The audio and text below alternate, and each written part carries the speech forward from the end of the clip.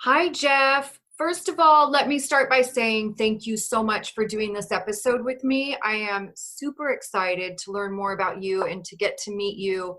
I guess not in real life, but in virtual real life.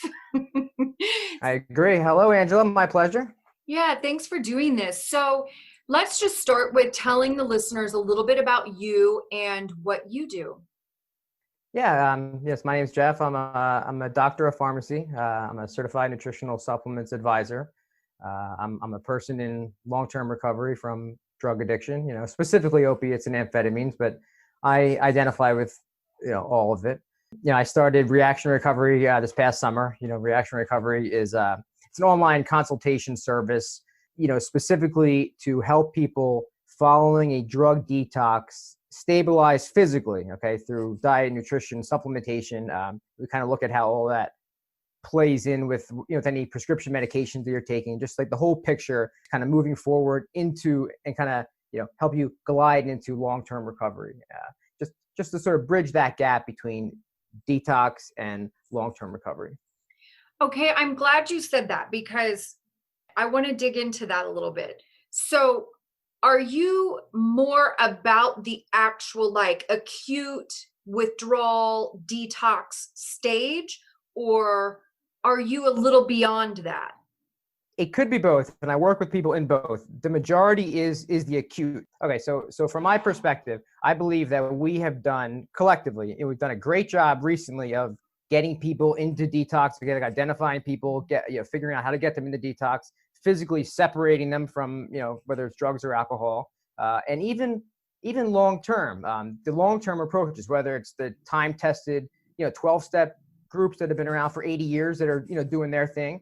Even like a lot of this kind of long-term approaches to digging into trauma history and kind of like how that plays into the root of addictions. I feel like we've done just in the last 10 years, even 10, 15 years, phenomenal work. I mean, there's just incredible authors, speakers, researchers into that area that I feel like are making, like they're just doing such good stuff. But from my perspective, and this is sort of the like reaction, I guess, part of reaction recovery, is not everybody makes it to that point. Okay. So most people do make it through that first detox period. See, kind of one of like the misconceptions, there's so many. One of the misconceptions out there, especially as it relates to the opioid epidemic, is the problem, okay, the big problem, why it's not going away is because these drugs are just so darn addictive. People get stuck on them. They try to get off. They get sick, of course. We've all seen the movies. We all know what that looks like. And that's the reason that everybody just kind of stays in this cycle of addiction. Yeah, I mean, of course, anybody who is in that world understands that if that were the case, if the case were that the problem is that the drugs, whether it's heroin or fentanyl or any of the, I'm sticking to the opiates for the moment. If that were the problem, anybody that completes that detox is home free. You should only have to do a detox once. If the problem is the physical addictiveness of the drug, it's terrible. All that you're sweating, you can't eat, you're throwing up, you're diarrhea. You do that for 7, 10, 14 days. If you make it through a 30-day, little treatment stint, you're done. You should never have to go back to that same facility again to another detox. And of course, that's just not the case. So there is, something else going on, of course, something bigger. And like I said, I do now. I know people that are able to easily make that transition from treatment into, say it is like a 12-step group, and they hit the ground running and they stay sober. And that program in particular, I mean, has created just some unbelievable sobriety. Like everybody that is in this industry knows people that have just these miracle cases, where you hear their stories and you see them now, and it's hard to even imagine that this person was this way before. So I've just Yeah. you've seen the miracle, but not everybody can make it through that first phase, and it's very uncomfortable for a lot of people. It's very painful. I think it's uncomfortable for everybody. Some people are able to blend quickly into that next, and I'm sticking to the 12 steps. It does not have to be that. There's other ways. That was how it was introduced to me. That's what I do. So that's what I know about, I guess. But there's this period of time in between there where you don't really hear about the physical component. Okay, so what you'll hear, especially from these groups, and this is the mainstream thinking, is that this is a spiritual disease. It's kind of, you've heard it. It's all one big disease. It's all one big spiritual malady at the root. Okay, it's just this disease of more, this disease of perception. That's the problem. That's what you're treating. So it doesn't matter what your deal is. Kind of put you in the same little funnel, and let's get to it. And I believe that ultimately that is true. Okay, so I believe that at the core, yeah, it is the same spiritual malady. But to think that anybody who's getting over anything is in the same boat over those first maybe 6 to 12 months is to just ignore any of the physiology completely. And like to suggest that what you were taking, how much you were taking, how long you were taking it is insignificant. I mean, it's just to be willfully blind to that segment of recovery, and it's hard, because we don't like to, especially the 12-step groups, that we really like to, try to make it like a little bit cut and dry, like it is. If you have the desire to get sober right now, and if you're willing, then you'll do it. And if you don't do it, then you just didn't really have that particular desire that I had, for example. I even fall into this. I mean, it's very easy to just forget. I mean, now it's been several years, so I'm feeling stable. I can remember some details about how it was, but it's hard to remember exactly how I was feeling at that time. And I think that so that's kind of where I come in, that I just try to help speed that process along, because a lot of it is like nutrient deficiencies, and just like a few little tweaks here and there, can make a significant difference. Yeah, and I love that about you, which is why I really wanted to have you on the show too, because I want to dig into more of this kind of stuff in some of those deficiencies that we can fix outside of pharmaceuticals. And I am not a person that is absolutely unequivocally against pharmaceuticals. They are not my favorite thing, right? I want to try many, many things before I go there. I am not I agree. someone that wants the pill first, right? I want to do 8,000 other things to try to not do the pill, because I think it's all a little bit tricky, right? And I'm scared of those things, and I get scared away by the big miracle medicine that, the standard case is then 10 years later it's the class action lawsuit Right. about the miracle drug. You know what I mean? Like, so Exactly I right. just don't want to be a part of any of it if I don't have to. So, Right. and I say to my listeners all the time, like, for me, I think every addicted person on the planet has, just because it's the same area of the brain, right? If our wiring is off for one, it's going to be off for all of them. So we all have, some level of anxiety, depression, ADD, because it's the same buttons, as I say, So for me, my Mhm. depression stuff has always been pretty manageable, but my anxiety stuff can be debilitating. Like, I have to Yeah. be very mindful of my anxiety and when my thoughts just start to get unhealthy. And that's why I exercise, right? Because I don't want to Mm. take anti-anxiety meds. I'm scared to death of them. They're super addictive. I don't want any part of them. I will be at the gym every day of my life if I have to keep myself well. Mm. But I love that you really dig into a lot of those details with length of time. What are you using? How much are you using? Because those are things that often get overlooked, and everybody does get put in this kind of box of, you either want to get sober or you don't. And it's just not that simple, and there are a lot of underlying Right. things going on for a lot of people. Trauma is huge. And I'm also a big proponent of how much we finally are talking openly about trauma as it correlates to addiction, and Yeah. that a lot of us need that help. And like, for me as an interventionist, those are all questions that I get into before I do an intervention, right? I have to know, like, what this person's history is, and I'm not going to understand it at the level that you understand it, right? Because you really get into this stuff deep, but it definitely helps me understand what a lot of my barriers are going to be in that conversation with an addicted person. and the best way to steer them and the best treatment center to steer them to and those kind of things. So Yeah. my curiosity with you is, how did you get into the supplemental part of it? Like, how did that become a passion for you? Yeah, so I was always interested in it.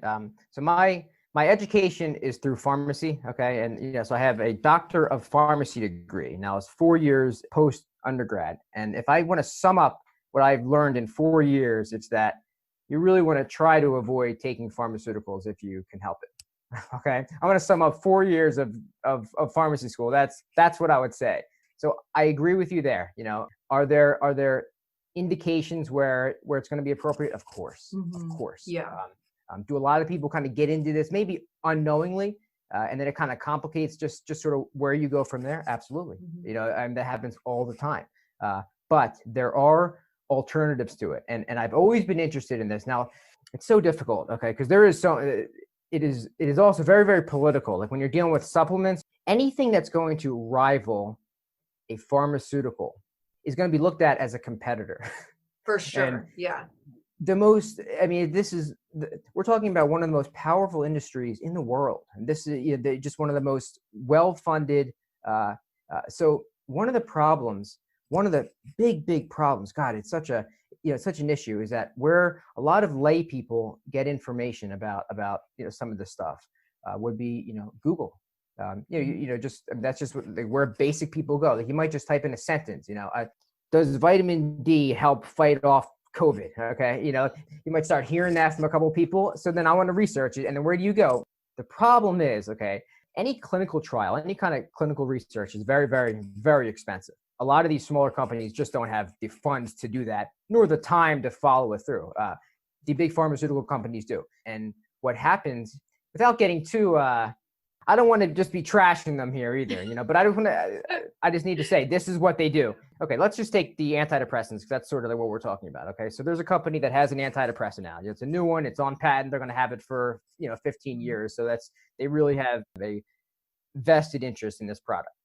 So kind of one of the things that might keep people away from their drug are people that have just heard about stuff, supplements. You might have heard St. John's works. You might have heard about SAMI, Sammy. 5-HTP, tryptophan, any of these products that somebody might just go on their own and buy versus taking their product. So what they will do is they might run 100 of these clinical trials. Okay, these good, double-blinded trials where they're looking at their product head to head against one of these supplements. And let's say that they run it 100 times, which is unbelievably expensive, but to them it's a drop in the bucket. And let's say that 99 of them either show no difference or even maybe superiority on this end, if that were the case. Well, those 99 just get thrown in the trash because they own them. They don't have to publish anything that they don't want to. So they throw them out. And let's just say that there's one that shows superiority to their product. Well, of course, that's the one that gets, flooded up. They're incredibly good at search engine optimization. So, I mean, they know how to, anytime you type something in, they know how to get their product to the, their little link to the top. So the first thing that you might see is Prozac superior to 5-HTP in treating the acute management of depression. I don't know. But that's what you're dealing with the supplement. So it is so, I've had to grind through just different journals, books, sources, like the Journal of Addiction Medicine is a good one, but you have to sort of scour the archives, and it takes time, and most people just don't. And these trials are long. You really have to dig through a lot of nonsense. From my experience, from my education, and then me personally, I was a practicing clinical pharmacist. So 4 years as an intern, 6 years on the bench. Okay, so 10 years on the pharmacy bench. I developed a horrible drug addiction. But I was taking nearly 1,200 milligrams of oxycodone every day. Okay, that's sort of where my habit got to, and it just stayed that way for a long period of time. I had basically unlimited access, and it stayed like that. When I finally came off of this stuff, I was convinced that I had done enough permanent damage, that my brain, after sort of suffering that trauma, from these chemicals for that period of time, there's no way that I was ever going to feel anything like remotely good ever again. And I was convinced about that. Now, that has not been my experience.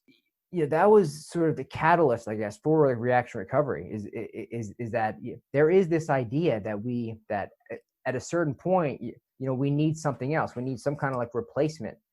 And although that might be, different people have different circumstances, just physiologically, that's not true, because I haven't met anybody that was taking more than that consistently for a longer period of time without any kind of break in between. And it would just been too expensive. Yeah, you just wouldn't have had access to it. Mm-hmm. So in that respect, so that's kind of like what I can offer. Is that nobody can really say that to me. Well, you don't understand. I was taking this for this length of period. I say, no, I do understand. And I do understand what that's like, and feeling like because I have two little kids. I have a 4-year-old and a 2-year-old. My son was a baby when I got sober. Okay, so I got sober in 2016, and I remember these experiences with him. Okay, so I remember him turning 1 year old even. So I was sober for a little bit.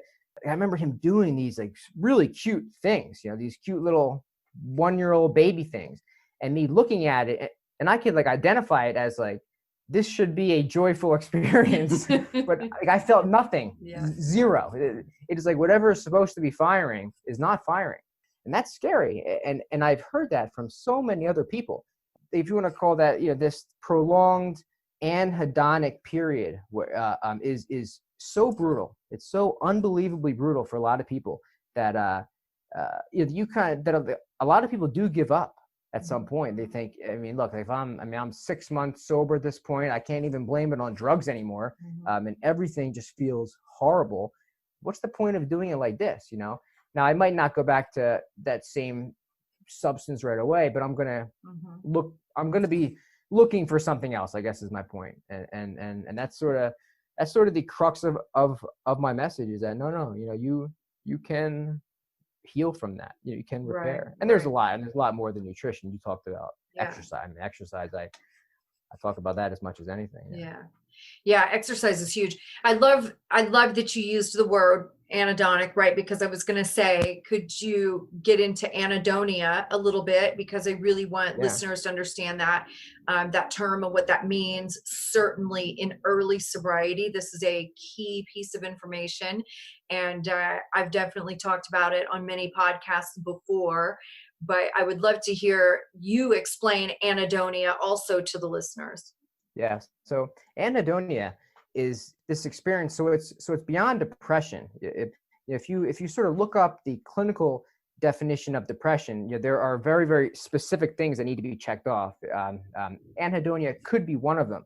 But it's not necessarily depression, but it is this prolonged period of just blah, I guess is the best way that I can describe it. Everything is blah. There's just very, very little motivation or enthusiasm for anything. So it's just very hard to do stuff. I remember, I'm giving examples, because I feel like this is easier to describe it. There'd be times where I would empty the dishwasher on like a Monday, and then say Tuesday I come back and it's filled back up. I remember just feeling so overwhelmed by that, like, oh my God, this is just, I can't do this anymore. And then starting to slip into feelings of like feeling like suicidal and just things that don't line up with the dishwasher being over filled up again. And that was my experience for a long period of time. The motivation factor was horrible. Now this is a big thing with the amphetamines too. A lot of alcohol abusers do experience this, but huge problem with the kind of post-acute treatment for the amphetamine addictions. Everybody who's just been flooding dopamine, and not just dopamine, all the catecholamines, so dopamine, epinephrine, norepinephrine, you've just been flooding that for such a long period of time, and then you stop. Okay, so you go through a detox. The thing about like amphetamine detoxes, it kind of gives you this false sense of, well, it only lasts a few days and you kind of sleep it off. No, it lasts a very long time. You aren't acutely sick, maybe like you are for heroin detox for a week or two there, but it lasts a very, very long time. The mental part of amphetamine withdrawal is very long and emotional. It's emotional, mental and emotional for sure, because there's a lot that comes with that drug as well in the active addiction part, that is paranoia, delusions, that sort of thing. So it's a lot for your brain to heal from. Yeah, that type of depression, so that anhedonia following catecholamine cutoff, okay, so whether it's dopamine, epinephrine, or norepinephrine, those symptoms overlap with a serotonin related depression. They overlap. Like if you're, okay, so if you are 4 weeks post, cocaine or methadone, even Adderall, and the amphetamines, and you go to see your general practitioner and you're explaining your symptoms to him, maybe even more than 4 weeks, maybe if you're 5 weeks or 6 weeks or 2 months, and you're explaining your symptoms, that's going to look and sound like a clinical depression that it may be indicated to treat it with an SSRI at this point, because those are the pharmaceutical antidepressants that we have. We don't have specific catecholamine blockers. We have some that overlap a little bit, like Wellbutrin, for example, but we don't specifically target those in the same way. So it is so common for somebody to get started on one of those medications that maybe unnecessarily. Okay, so then, and you don't know for a while because it takes 6 to 8 weeks to really identify if this drug is helping you. But by that point, by the time that you realize that it's not helping you, you might have developed some dependency symptoms from that product. So when you try to back off it, you might start going through some withdrawal from that product, and then you could accidentally think, no, this is why I did need this, because I'm trying to get off it and I'm feeling bad again. So this proves that I did need it in the first place. And it is so common with the stimulants, and it's unfortunate. Yeah, for sure. What are your thoughts? You mentioned SAMe and St. John's wort, and these are things that are the supplements. Is that the right term for this classification? Nutritional supplements, Yeah, yeah. okay. They're over the counter. Are they effective? Because I've had many friends over the years. Certainly SAMe is one that I've just been hearing a little more recently, but St. John's wort you've been hearing for many, many, many years.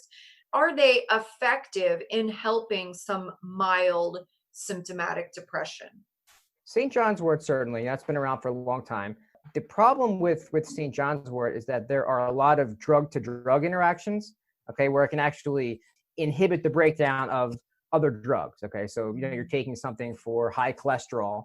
So a lot of prescribers are uncomfortable with St. John's wort because they don't know when you're taking it. Are you starting it and stopping it? Have you been taking? So they would rather say stay away from St. John's wort altogether because I don't want anything that's going to complicate this, something else that I'm treating you. Maybe like an anticoagulant or something where it's very sensitive, or a thyroid medication. So if you take something over the counter like St. John's wort, that's going to complicate the metabolism of Synthroid, for example, or your anti-cholesterol medication. We don't even want to go there. We don't want to have to kind of dose adjust. So it's just much, much easier to just say stay away from it. But there's good data with St. John's wort. I like 5-HTP better. 5-HTP is an amino acid, 5-hydroxytryptophan. It's kind of one of the direct precursors to serotonin. I like the amino acids a lot in general. They just have a great track record in addiction. All the papers that I read, they just do well.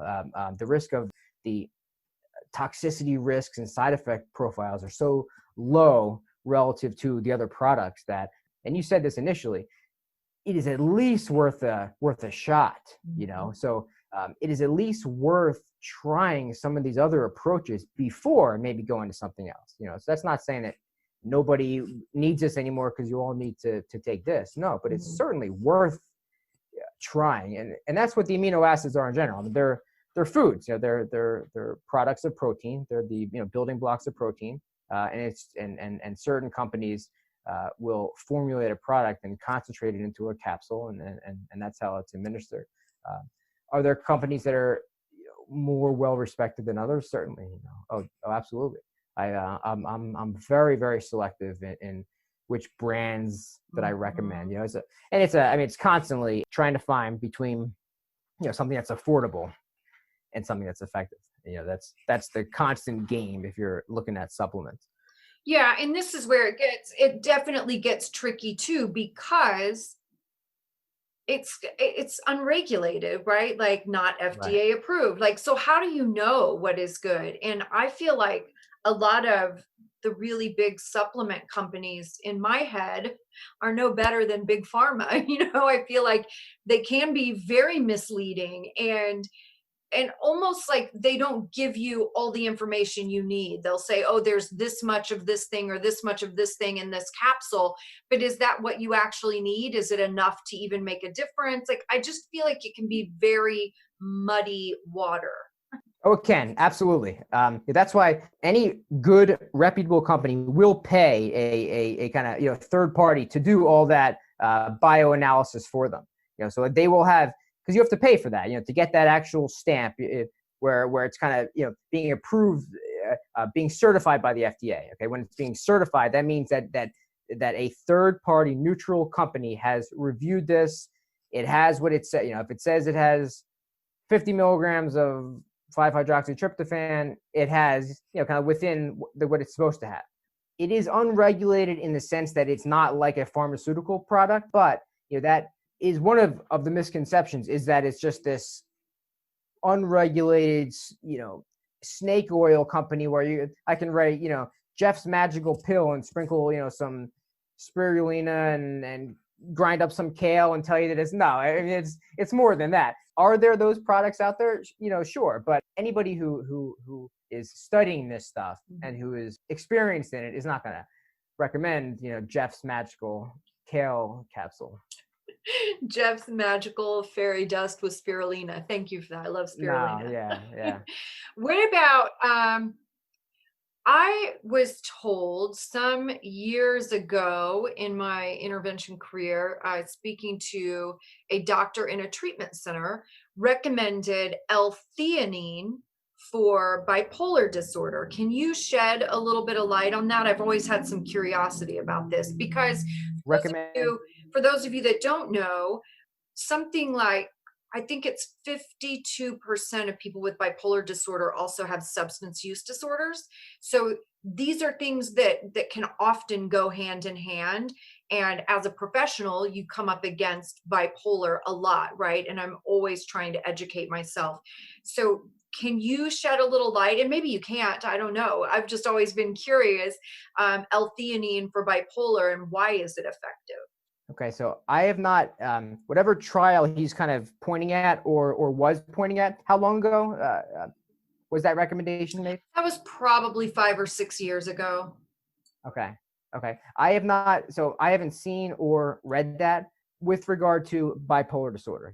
Bipolar, it is very sensitive. A lot of stuff, so just as a caveat in general, a lot of the amino acids, especially the more maybe stimulating ones, ones that kind of are the precursors to the catecholamines, they can exacerbate some of those symptoms if they're not already being managed, especially if you're taking pharmaceutical medications for the management of that, which almost everybody is, or at least you're prescribed them, whether or not you're taking them.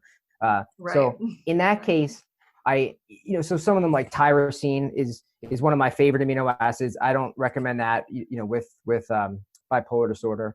DLPA, D-L-phenylalanine is a great one for opiate, for short-term opiate detox. I don't recommend that one in bipolar. I'm more sensitive with that diagnosis because I know that is one of the few that can be. It's such a hairline trigger at times. Okay, so this, it's kind of walking this line between stable and unstable. That anything at all that could, and this applies to certain foods, diets, caffeine. There's plenty of other things. I'm not just singling out the amino acids, but I'm always just so reluctant. I mean, there's a psychological component to this too, that if you think that you're taking something that could be doing this, sometimes that just could be enough.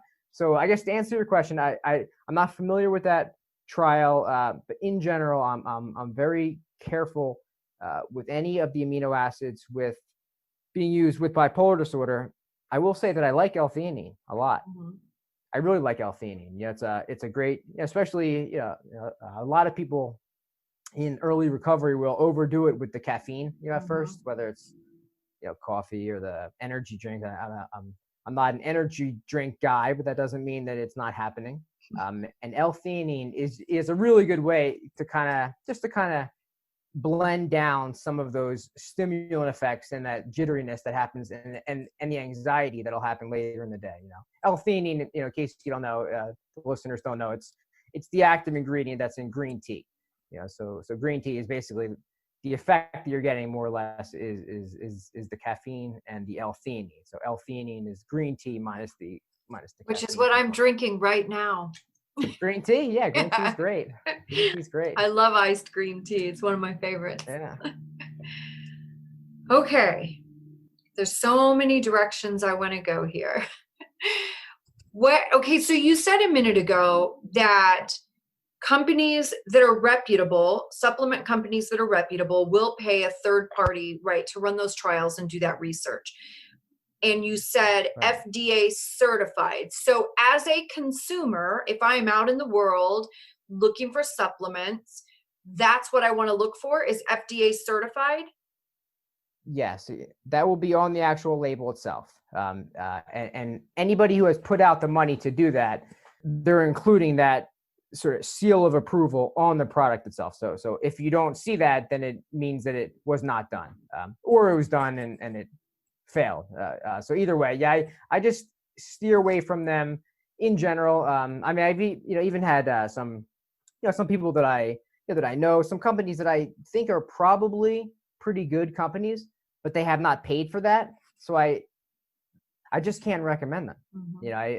I just can't recommend anything based on I think this is a good company. I don't I try to have it a little bit more objective than that. There are many good supplement companies. There are supplements in general don't always get the best rap, and I think that we touched on the 2 points. I touched on if you're Googling them yourself, it's you're going to get a very biased, slanted view of that. And then also the fact that it's not regulated to the same degree as, say, the pharmaceutical industry. Now, that being said, so the pharmaceutical industry is regulated, right? So anything that you take, we know that this is what it is, this is what it has. It doesn't have anything that it doesn't say it has, and it has what it says that it has. Does that make it safe? Like how many products that we know, and just like you said earlier, 10 years later, this OxyContin. Yeah, I've written articles about OxyContin. One of the few major resentments that I don't think I'm even ready to address this one is with the Sackler family and what Purdue Pharmaceutical did with OxyContin. And this is, I hope to one day be able to walk through that one. But this was a miracle drug. I mean, it was specifically proven and it was regulated. Everybody confirmed, that this drug, what is so great about this drug is that unlike the immediate release opiates, so unlike Percocet, for example, Percocet, it's going to come on and, 4 to 6 hours later, it's off. That's what can cause addiction, right? Because then 4 hours you're off, you want to get back on it. OxyContin is 12 hours. So you just take one tablet, 12 hours, and then the next morning you take the next one, and zero addiction potential, zero, because you're not playing that chase game. And zero. I mean, that literally kicked off the worst drug epidemic in the history of the world, which started with it's not addictive at all. Mm-hmm. So yeah, so I'm to say that I'm skeptical of those guys in general, and that's not the only example. That's just that's the biggest, certainly currently. But another one that freaks me out is Ambien. Like, I'm a little freaked out that Ambien is acceptable. I've heard, I have never taken it because in general, you mean? Just in general. Yeah, I agree. And again, I've never taken it because I don't like to take things, right? I even will talk myself out of ibuprofen sometimes. If I have a headache, I'll be like, maybe there's something else I can do. Let's try some peppermint oil, I'm the same way now. Yeah, but I hear these stories and about Ambien, certainly in the rooms of 12 steps, right? A ton of horror stories about things that people have done and reactions on Ambien. Also, I don't know if you know this or not, but I own men's sober living houses as well. And I've had some issues with Ambien in sober living. And sometimes Mm, people, I know this is hard to believe, but sometimes addicts aren't honest about what medications they're it's happened taking. before. It has happened once or twice. So there have been a couple of situations where, and sometimes like maybe they're not taking it when they move in, but they have an old script or whatever, and they'll start Yeah. taking it again because they're having problems sleeping.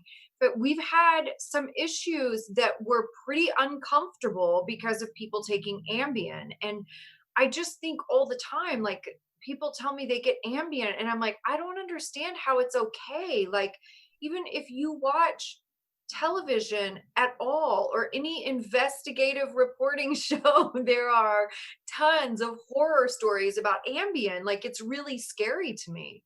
I agree. And even if Ambien, even if there were none of those horror stories, okay, so let's say everybody just takes it and falls asleep for the 8 hours like they're supposed to, and you wake up and you're totally fine, and you go about the next 16 hours a day. We know that Ambien is dysregulating sleep, and it's a disrupting, like the REM cycle specifically. So even if none of that stuff were true, it's not a good product, because ultimately all that fatigue and kind of cognitive impairment that comes from your sleep cycle being disrupted, it's a trick. It's a smoke and mirror show, because you think, okay, I took my Ambien at 10:30, by 11 o'clock, and sometimes now I have taken Ambien.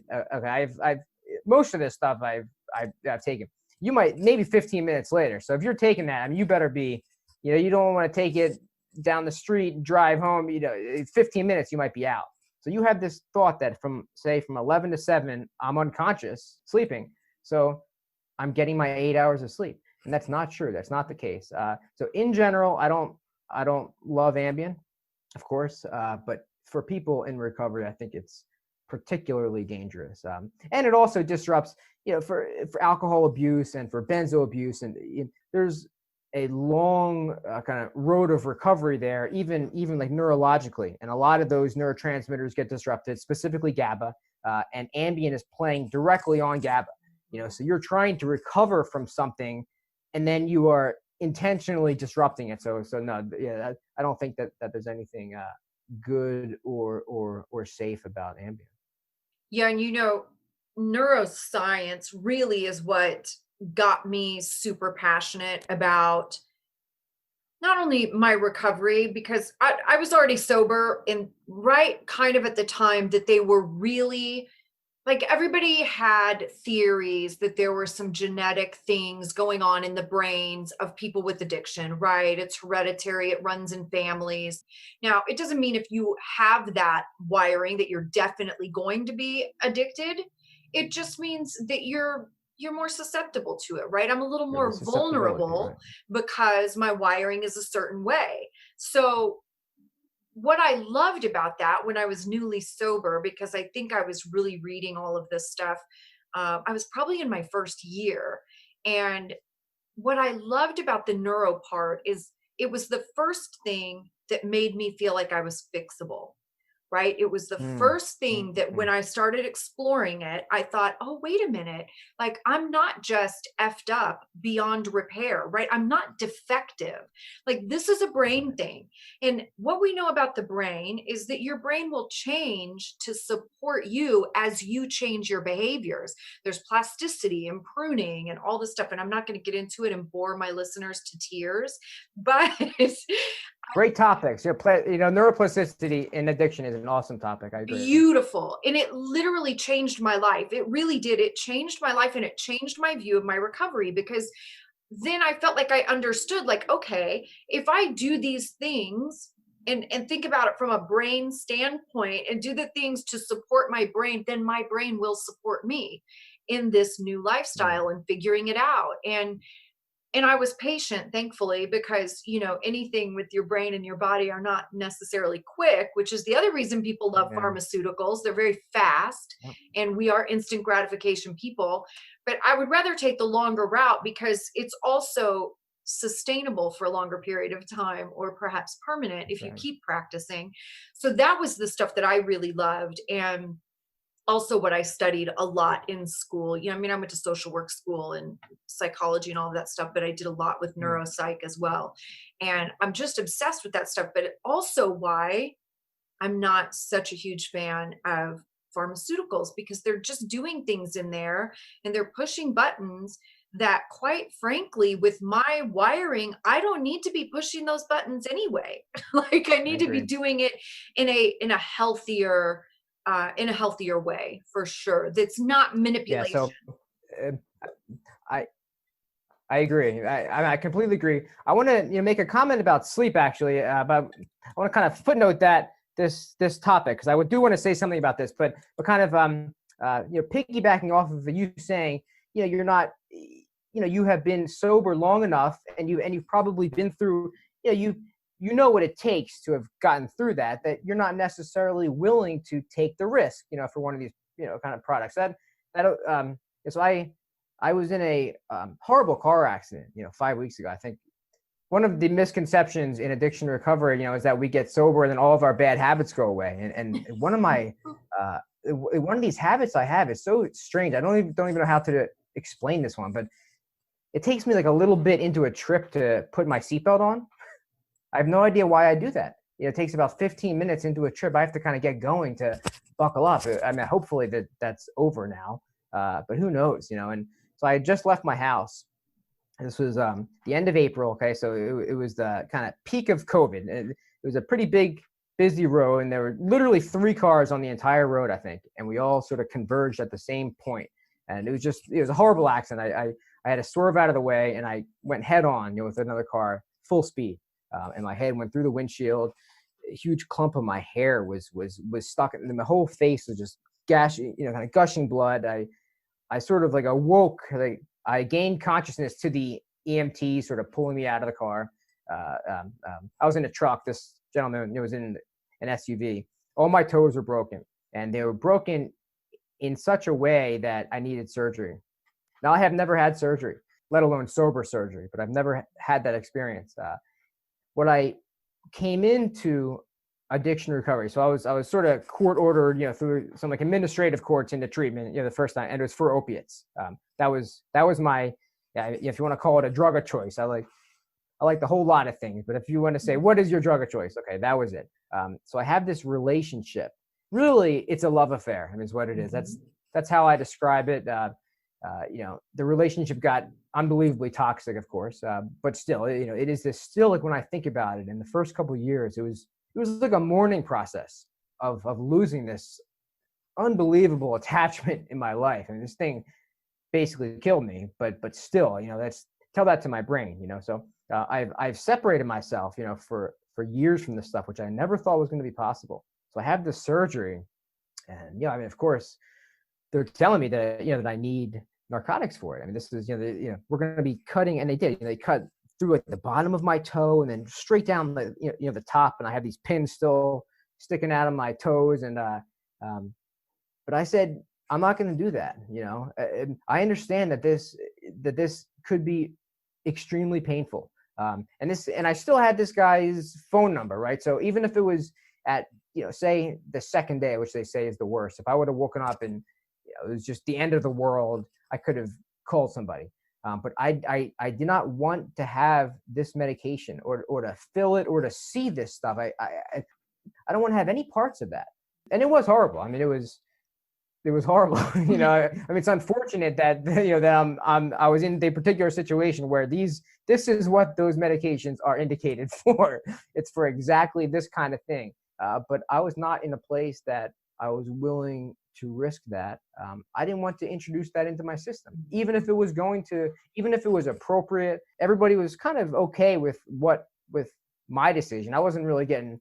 I'm also paired up with the 12-step groups, and I have a sponsor, and I talked to a lot of people, other people that have had this same experience, and I wasn't told to not do it. It was just kind of like, how do you feel right now about that? I'm not going to tell you bite on a bullet for 2 weeks, but I didn't do it, and I got through it. I got through it with a little bit of ibuprofen and Tylenol, and I'm the same way as you. As soon as I could stop taking that ibuprofen, I stopped, and that is a miracle. I mean, God, the pills I used to take, it was just unbelievable. For for everything. Dr. Paul O, the guy that wrote Addiction was the Acceptance was the answer in the big book, page Yeah. 417, the whole thing with Yeah. acceptance is the answer.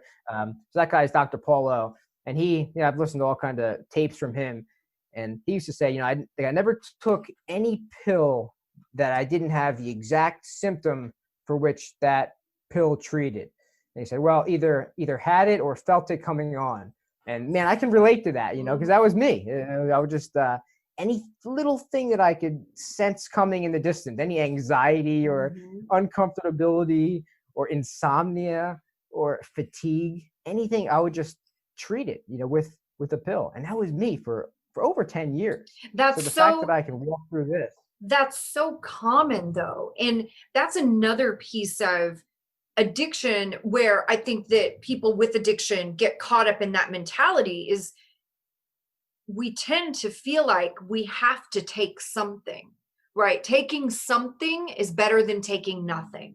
And you almost need that placebo effect, right? Like, even if it's not going to work, I just feel better knowing I took something for whatever my ailment is. And again, I see this a lot in my sober living, like, and it's so fun. I mean, I understand, like, I've been sober a long time and I'm pretty comfortable being uncomfortable. I guess I'm kind of good at it because I will be uncomfortable and get through it rather than do something that could possibly hurt me or push buttons in my brain that I don't want to push. So when I can't sleep, and I've never slept, I've always had a huge problem with sleeping. And I definitely want to come back to this point because it's a huge problem in addiction in general. So I've never slept well my whole life. Like, even when I was a teenager, long before I ever had a drink of alcohol, I have never slept well. But I will just power through. Like, I will just figure it out. I will meditate a little extra. I will take a nap in the middle of the day if I need to. Like, I will do whatever I have to do to just be okay with it. Where I'll see my clients or people at my sober living will kind of start to freak out about it. Like, they need to take something, they need to do something. And then all of a sudden I start finding Benadryl and melatonin and all these things. And I'm like, dude, you were just drinking like a can of an energy drink as tall as me, which isn't saying much because I'm only 5'2", but that's a lot of damn energy drink, I'm like, you were drinking that at 4 PM, and then you're slamming like Benadryl and melatonin and God only knows what else to try to go to sleep. Like, this is madness, this is absolute madness. I agree. And man, I can so relate though to just that fear of not sleeping. In Dr. Bob's Nightmare, when he says specifically the two things that he feared was somebody, finding all of his supply, basically him running out of booze and not sleeping. And man, I just love reading that all the time. That was my biggest fear was running out of my stuff and not sleeping. The ironic part is that I used to sleep terribly, especially the last 5 years of my addiction. Just a horrible nightmare. Oh my God. I was tortured by nightmares. And I would wake up and it's opiates for crying out loud. That's like one of their favorite things to do is give you horrible nightmares. Like, listen, I tell people all the time, I'm a good old fashioned drunk. I never did drugs. I was never overly interested in drugs. But I promise you, you would never have to worry about me being an opiate addict because I hate those things. Like, when I've had to take even the most mild of something, I had dental surgery. I hate those things. I hate how they make me feel. I hate the nightmares. Like, I feel like I need trauma therapy when I wake up the next day. Like, I want no part of that stuff. I think it's okay. awful. So you've experienced that then with the nightmares from those. Yeah, it's it's bad. Horrible and itchy. It always makes my face like super itchy. Like, I'm always itching my face when I take opiates. Yeah. So that happens. Anybody who's not addicted, if you're addicted and you kind of move through that phase, in terms of like the face being really, really itchy, that's something that anybody just kind of might experience that has, like you said, you have a dental surgery. That might be one of the things that you warn somebody about. This is probably going to happen. More so with some of the morphine components, codeine products, more than even like the Vicodin and Percocets. But oh my God, it was so bad. Also to the point where once the addiction gets so far along, then I'm actually going through like a mini detox overnight. So for me to sleep or lay in bed for 8 hours, like that's too long. Like my body is not going to let me do that. It's going to, after 4 hours, it's going to wake me up and say, let's go. And that's the way that I used to have stuff ready kind of right next to my bed, because I knew that I would be woken up at 2:30 or 3 o'clock in the morning, and either I could lay there and just, it was horrible, or I could do a little bit and like I would know that I would be able to fall back asleep. Yeah, alcoholics are the same way. Alcoholics will wake Yeah. up in the middle of the night and have a drink, or as soon as they wake up in the morning, have a drink, because your body starts going through withdrawal. And with alcohol, obviously, is very dangerous. A lot of people don't know opiate withdrawal is not dangerous, it's horribly painful, but not life-threatening. Whereas alcohol withdrawal is, uncomfortable, but life-threatening. So Right. Alcohol and the benzos. You're right. Yeah. And that's with opiate. Yeah. With opiate withdrawal, you're not dying from the withdrawal. You're dying because you can't make it through that withdrawal. You've been off for a week, and then you go back to what you were previously doing, but your body is kind of compensated in that time. So now you can't handle the same amount.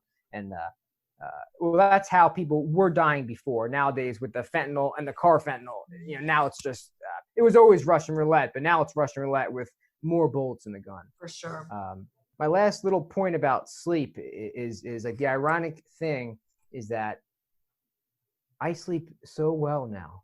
I just sleep great. Now, I used to take magnesium for a while. I think magnesium, a lot of alcohol abusers do incredible with this product. Certainly opiates. Magnesium just seems to be, even if it's not, so if you get like a blood panel, like a lot of people are deficient, but even some people that it's not sort of showing up deficient, in terms of like the recommended range, they still get benefits from a little bit of magnesium, like before bedtime, say 100 milligrams, 200 milligrams. That product, I've seen so many people with these chronic sleep issues, even into sobriety, that just that alone, some people add maybe glycine to it if you're gonna add something to it. But magnesium by itself is usually enough to just to kind of smooth over that sleep cycle that tends to be disrupted in the beginning.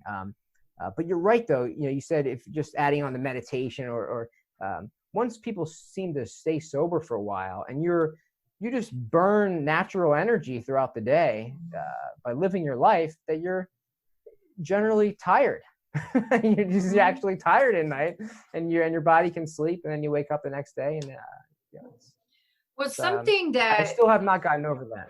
Something that I didn't know that I learned, I don't know, maybe a year or two ago, who knows where I was, probably at a conference, talking about trauma, is that a lot of that sleep disruption is side effects of trauma as well. Absolutely. And I think because I'm a classic person, and I know my listeners have heard me talk about trauma a lot also, in that, they're classified kind of, we say big T's and little T's, because many people, it's one of the misconceptions with trauma, many people think that trauma are these really gigantic life events, war, sexual assault, physical assault, people think it's this big stuff. And that's true. At the same time, there are a lot of just regular life events that are little T's, right? There are things, the death of someone close to you, your car accident easily can be trauma. Natural disaster. I've lost 2 homes to fire, right? Like that's trauma, when in a split second you're homeless. Or certainly if you're in the house and have to run out, right? Like all of those things that are just normal life events are also trauma. And I think that's where I didn't connect, like the sleep part, because I don't have big T traumas, but I have a lot of little T traumas, and there is a safety thing. Like, I'm so used to not sleeping well now. Like, I'm just okay with it because that's how it's been forever. But it's almost more uncomfortable for me to think about like a deep sleep where I would really be asleep and maybe not hear something. Like that's a little trauma thing. Like, I don't want to be too asleep because if something goes on, I need to wake up, That's a great point. Yeah, no, and that really is, even the addiction itself is unbelievably traumatic. So I always Yes. love, you got people that are recovering from drug addiction. I never suffered any trauma. Uh, Right. the addiction, even if you lived in this little utopic bubble for 25 years, and then you kind of Yeah. like arose from that, and then I physically made you addicted to something for 5 to 10 years. That's traumatic. That's That's traumatic. unbelievably traumatic. My favorite author and speaker on this, you're probably familiar with him, which I didn't even get into him until relatively recently. It is Gabor Mate. Hmm. His work on he's probably my favorite speaker right now on addiction in general. I mean, I feel like he is as close to the truth as it. And I've listened to, oh my God, probably like 100 hours of this guy's stuff. He's all over YouTube. He just Yeah. has every lecture that he's done, and he doesn't even really get into the treatment of it. He doesn't. Hmm. He just gets into sort of what is causing it. And the way that he talks about trauma in childhood, like you said, not necessarily all those big T traumas. And he does this kind of on like a grand scale. He will give these big lectures, and then like he'll invite people up. Somebody who says I've never had trauma, like he will ask, who in here had a perfect childhood, and somebody will raise their hand, and he calls them up, and he kind of goes through this. He calls it, what does he call it? He calls it the perfect childhood challenge.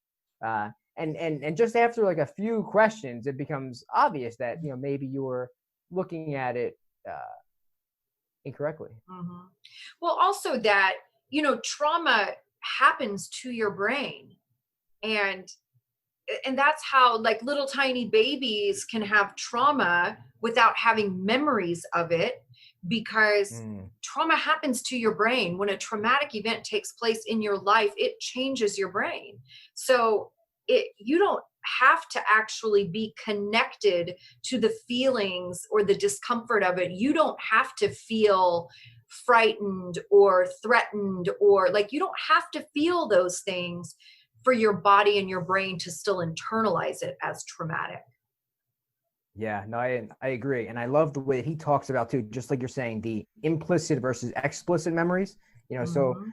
So for example, say somebody gets sober when they're a kid, even like my situation. So my son was a baby, and you could say, well, he has no memories of any of that stuff, but there was chaos in my house for months. And then for a long period after that, there was probably just this, not probably, there was this atmosphere of uncertainty and stress and nervousness. And there was no way that, and I have an incredible wife, and my son has an incredible mother. There was just no way that none of that was getting transferred to my son. Right. And I love the way that he talks about how that's how the trauma gets passed transgenerationally. Right. It is not just somebody saw something. And also he says that trauma is not what happens to you. It is how you react to what happened to you, how you perceive it. And did you have anybody to talk to? That's one of the biggest things, like a 7-year-old might experience something. And if there is an engaged adult to sort of walk him through or her through what actually just happened there, that might not be the same type of trauma. Somebody who doesn't necessarily say trust their parents enough to be able to tell them what happened, and then everything just gets like internalized. And now you have a 7-year-old's brain trying to make sense of this complicated process. And that's where the trauma happens. Yeah. There's a lady who is an icon in the treatment industry for sure. And she tells this fabulous story to explain trauma about her child. And she said she goes to her girlfriend's house, and her son was like 3 years old. She's holding him. They walk into her girlfriend's house. She puts him down on the floor. Her girlfriend's dog starts running over, and she said it's a little bitty dachshund, like adorable, 8 pounds, 7 pounds, something. And she said the dog starts running toward her little boy, and her little boy starts screaming and having this reaction of just terror at this dog coming at him. And she said, was the dog going to hurt him? Of course not. She said, but in his mind, he was about to die. And it's like that. That's Yeah. the perfect way to describe it, because it's not, because he can't rationalize the differences, certainly as a child, so it's your perception, it's how you perceive what's going on, and how your body and brain internalize that too. Yeah, no, I completely agree. And that stuff is so, it's so interesting to me. He also has a really good book. So, In the Realm of Hungry Ghost is his book on addiction, which I would recommend any of your listeners who have not read that book, read that book. I mean, that Mhm. is an unbelievable book. And he has another that he wrote a couple of years before that, co-wrote. It's called Hold On to Your Children. Mhm. If anybody who is in recovery uh, and has like younger children, I think that it's a or any children at all, I think that it's a great book. It's a great book that can help uh, you know newly sober parents who might not have had experience with how to navigate these situations, and ways to maybe break that transgenerational curse. I love that. I love that. And for listeners, not only will I put Jeff's information and how to find him in the show notes, but I will link to those books as well, because I think those are Mm. great recommendations, and we'll keep those as resources. Jeff, I want to say thank you again so much for doing this with me. I love this conversation. I love anything and everything about how to treat ourselves naturally and with supplements. And I'm such a nerd and such a brain nerd. So this was like Mm. right up my alley. Well, this was fantastic. Thank you for the opportunity. Yeah. And for you guys out there, I hope you're having a fantastic day, and I will see you next week.